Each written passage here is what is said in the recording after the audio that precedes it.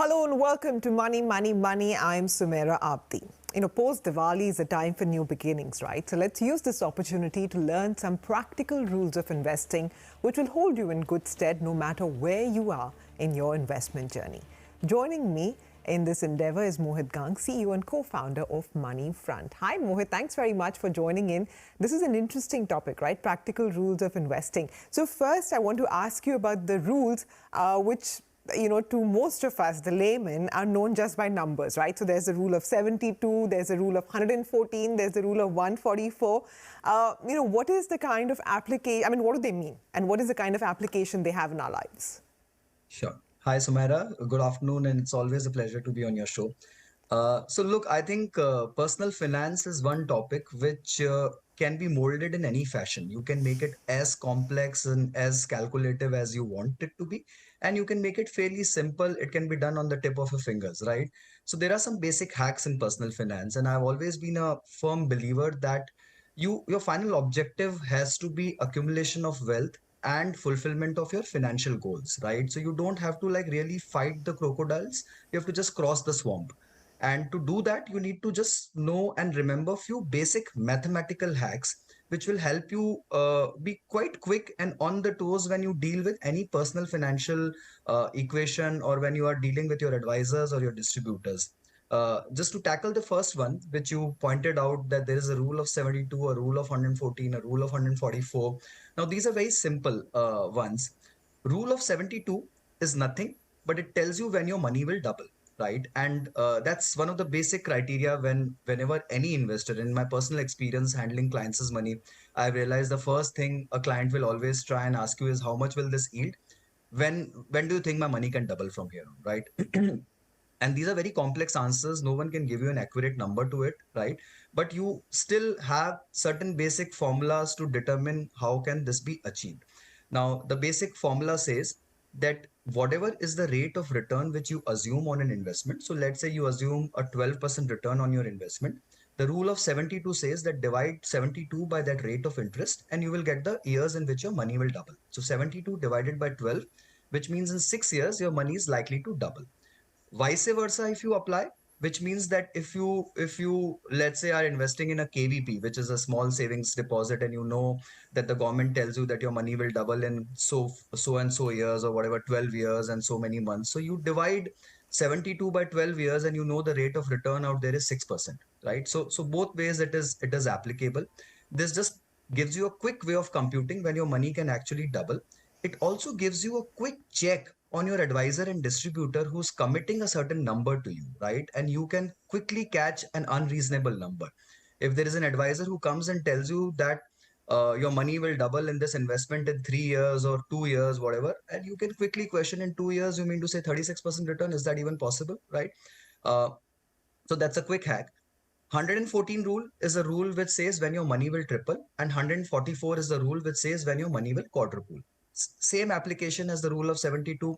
You divide the rate of interest, you divide 114 by the rate of interest. So let's say if the rate of interest is 10%, you divide 114 by that, your money triples in 11.4 years. You divide 144 by 10%, your money quadruples in 14.4 years, right? So it's a very simple way, and it can be used in the alternative fashion to compute the number of years, also to compute the rate of interest as well. Okay, fair enough. These are three rules which we can keep in mind. What is the rule which can sort of include the impact of inflation?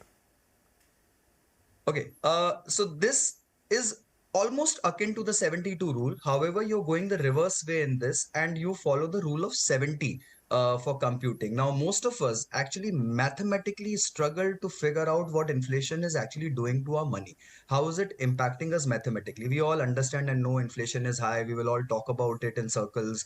We'll say, oh, inflation is 7%, this much is the reading. But we actually don't realistically know how has it impacted our money, right? And a very simple thumb rule of that is you divide the rate of you divide 70 by the rate of inflation. The number which you arrive at tells you in how many years will your money actually halve in real worth or in real sense. Let's say the rate of inflation is 7%. You divide 70 by 7, you get a 10-year number, which means if you're holding a lakh rupees today, in 10 years time, that lakh rupee will only be worth 50,000. right? So, and if you really want to understand the impact of it, just try and assume someone who in year 2000 or in year 2001, 2002, roughly kept a lakh of rupees in the house and forgot about it, right? That 1 lakh rupee is today worth only 25,000. It's gone to two cycles of being half. If you divide by 70 and again you divide the rate of inflation, assume it at 7% and divide 70 by 8 for two times, you get to that number. So your 1 lakh is worth only 25,000 rupees today. In 20 years is depleted that much, right? So that actually gives you a real mathematical sense as to how inflation is impacting you.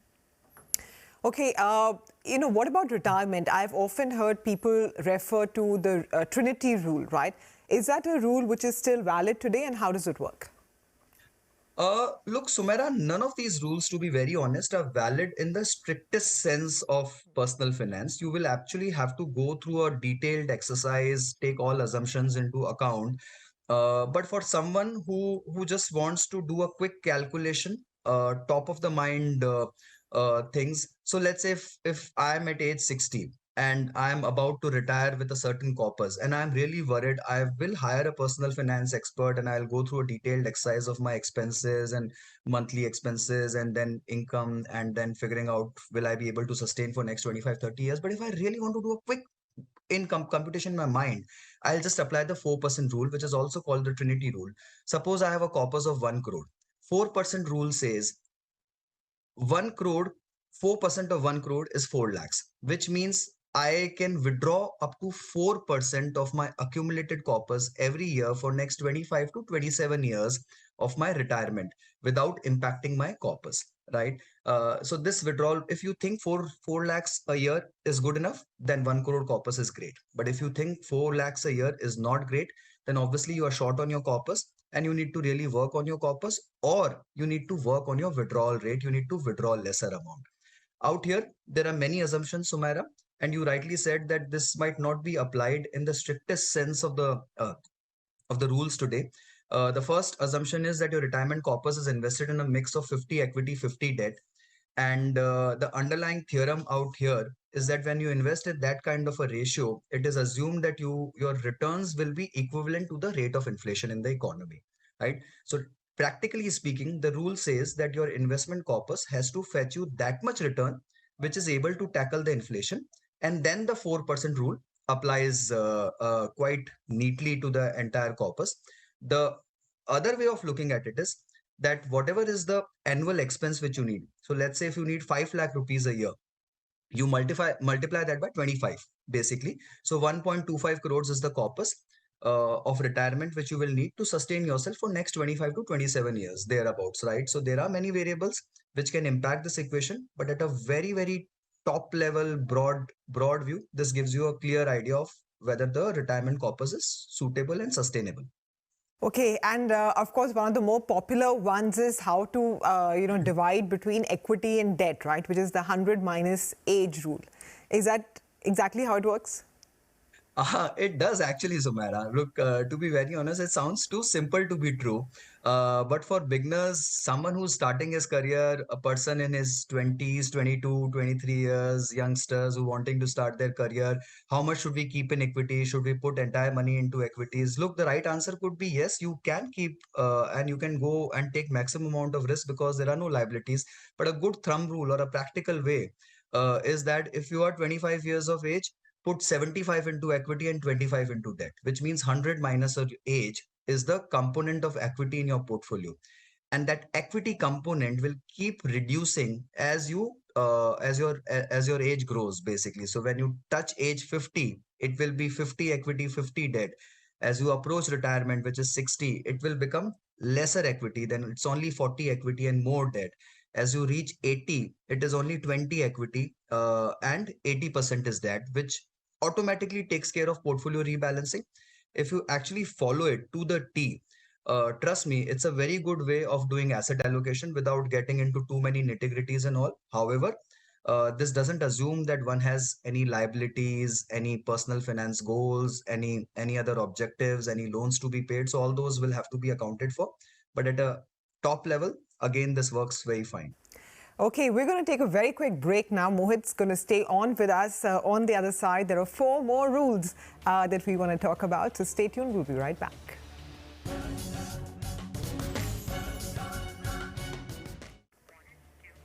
Hi, welcome back to Money, Money, Money. Mohit Gang of Moneyfront is with us, and we're talking about some practical rules of investing. So we've already discussed 4 rules. The next one also sounds, well, Mohit, the thing with these rules is that there are just too many numbers, right? So the next one is also 10, 5, 3. What does this indicate to someone like us? Sure. I think it's just coined in terms of numbers to make it simpler and quick to understand, basically, because the number itself tells you the whole story. This again, I think, has emanated over a period of time because of a lot of false commitments being given in the market. If you meet and I don't blame anybody out here, but you will find quite a number of people giving unreasonable hope to investors on the returns which they can make out of their investments. I've seen many a cases where equity returns have been promised upwards of 15%, 18%, 20%, so on and so forth, showing some past returns which are 1 or 2 years recent returns, right? And I think for investors, it's absolutely critical that whenever they're investing for a very long term, which is like 10 years, 15 years, to assume very, very realistic numbers. In fact, it's better to err on the side of caution on this one. And that's where the 10-5-3 rule comes in, which says that from equities over a very long horizon, assume 10% returns, from debt, assume 5% return, and from cash, assume 3% return. Now, you can argue and say that equities could be 12, debt could be 6, and cash could be 4. But again, I would say it's better to err on the side of caution, because in next 20 years, I think India will turn out to be a matured economy and all the numbers will taper down more realistically. And for a very long-term financial planning exercise, it's better to go with a 10-5-3. You will never get disappointed in the long run, right? And it also kinds of checks you, gives you a good check when someone is committing you a very unreasonable number, which could be on equities. It's more often than not where people tend to commit greater numbers. So you can always keep that thing in mind and keep this rule by your side to be very realistic. Okay. Mohit, the other thing is that, these last 2 years of the pandemic have really brought to fore the fact that not a lot of people didn't have, emergency corpus with them, or if it was available, maybe it was not sufficient. So, what is the right amount? Is there a rule for this? Oh, absolutely. I think personal finance begins with building the emergency corpus first, and then rest everything else falls in place. I think that fundamental rule doesn't go away any point in time. The basic rule says 3x of your monthly salary is what you should keep aside, absolutely liquid. When we say absolutely liquid, it means it has to be a sweepable FD or a cash balance in your account. Even liquid funds, to that matter, in my personal opinion, I think is not great when you need an emergency corpus. Now, there are 2 tweaks to it. If you're building an emergency corpus, which is 6x of your monthly salary, then obviously you can have some portion in liquid funds and the rest in sweepable FDs, because that's immediately withdrawable. However, the minimum criteria out here is that you have to keep 3 times your monthly salary aside, which can be withdrawn overnight under any exigency in any emergency scenario. And that's absolutely must for everyone. The other thing more that, I want to highlight is that, naturally, the new India has a lot of aspirations, right? But what we notice as a result of that is that people might be overextending themselves in terms of the amount of loans that they're taking. So what is the optimum amount of EMIs that somebody should be having with them? Oh, Sumera, I think buy now, pay later economy is something which is to my personal opinion, doing more harm than good. It is creating a credit culture in India, which was much required. But to buy even the consumer durables, your mobile phones, every second thing on EMI, your credit card companies today give any large expense they see, they will give you an option to convert it into EMIs, right? Obviously, and you tend to buy the larger expenses like your cars and your houses on EMIs itself. The personal finance rule is very clear about it. Not more than 40% of your monthly cash salary should go into EMIs, because any amount higher than that will create problems in your overall budgets, will create problems in your savings culture. Basically, the more you part aside as EMI, the lesser you will be able to save aside for yourself and will hamper your long-term wealth creation. So the rule is 40% of your monthly expense, not more than that, goes out as EMI. This rule, Sumaira, incidentally, is also followed by many NBFCs and bank as the first criteria to assess the credit worthiness of a borrower. If a borrower is more leveraged and his monthly outgo is more than 40%, 60% in those cases, they will reject the loan application itself. So 40% is a very, very good threshold beyond which there has to be a red alert. Okay, but Mohit, the question that everybody is asking is that there are so many rules around, where to invest, how much to invest, at what age, how much to invest. But personal finance also includes the aspect of being able to spend, right? So how much am I allowed to spend? Oh, look, finally, it's your money. You can spend the way you would want to. But if you really want to create a good, healthy retirement corpus and are in that endeavor of creating long-term wealth, sustainable wealth for yourself, basically, the rule is 50-30-20, which means that not more than 50% of your income when you start your career has to go into routine expenses or household expenses like your groceries and your rents and other things. 30% into your lifestyle or your discretionary expenses, which could be your mobile purchases, your travel, your restaurant bills, your movie bills, and so on and so forth. And at least, I again emphasize the word at least, minimum 20% into your savings or investments. But the rule also goes ahead and says that you have to keep tweaking this formula more in favor of investments as your age grows by, which means when you reach age 40 and beyond, the ratio has to flip aside. That means at that point in time, you have to invest at least 50%. Discretionary expenses could continue to be at 30, and your regular expenses has to come down to 20%. This is assuming that your overall income has increased many folds over that tenure of your working life, and you are able to the absolute amount of basic expenses remain almost similar or identical, right? So you have to keep tweaking it in favor of your investments. The more quickly you do that, the higher the proportion of savings and investments in this entire equation, the better your retirement will be and the better your wealth creation journey will. Okay. And by the way, I must reiterate that, the rules that Mohit has spoken about, they are generic in nature and, they cannot be applied as is. He's already mentioned that some amount of discretion must be used when you're applying these rules.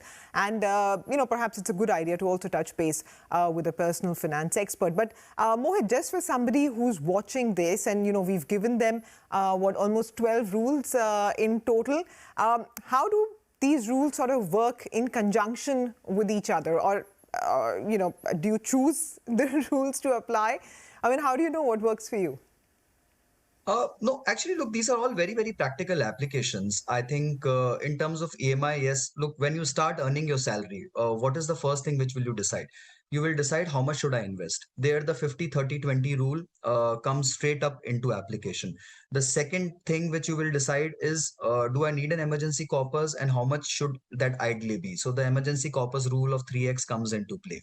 Then as you move ahead a year, 2 years down the line, you would want to leverage yourself, buy your house, buy your car, or whatever little expenses, a little higher expense, and then the rule of EMI will kick into it, right? And once you are into that cycle where you are paying EMIs, you are saving, investing, and that's when you will start bothering as your investment keeps growing. You will start wondering whether my asset allocation is right. Do I need something in debt? How much should be in equity? What are the right assets to have? And that's where your asset allocation, equity debt rule will come into play, right? And then as you really cross that minimum threshold of investments, you grow in age, your investments grow, you will start wondering, when am I doubling my wealth? When am I tripling my wealth? And how will my retirement look like? Will we have sufficient corpus at that point in time? So at that point in time, you will have to start putting those small mathematical numbers and think that, when am I actually moving a square in my life, which is doubling or tripling or whatever? And will I have sufficient retirement corpus for myself, which is the basic equation which everyone wants to solve for. So my sense is all of these, Sumaira, at some point in time will come into play in one's life. Whether they come at one go or they come at different stages is a different object, is a different thing altogether. But all these rules will definitely come handy in your personal finance journey.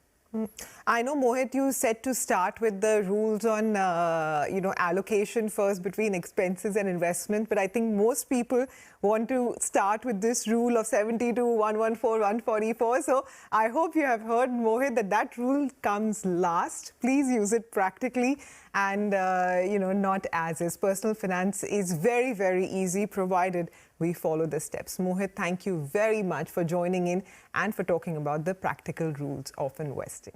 With that, it's a wrap on this special edition of Money, Money, Money, and it's time for me to say goodbye. Thank you for watching.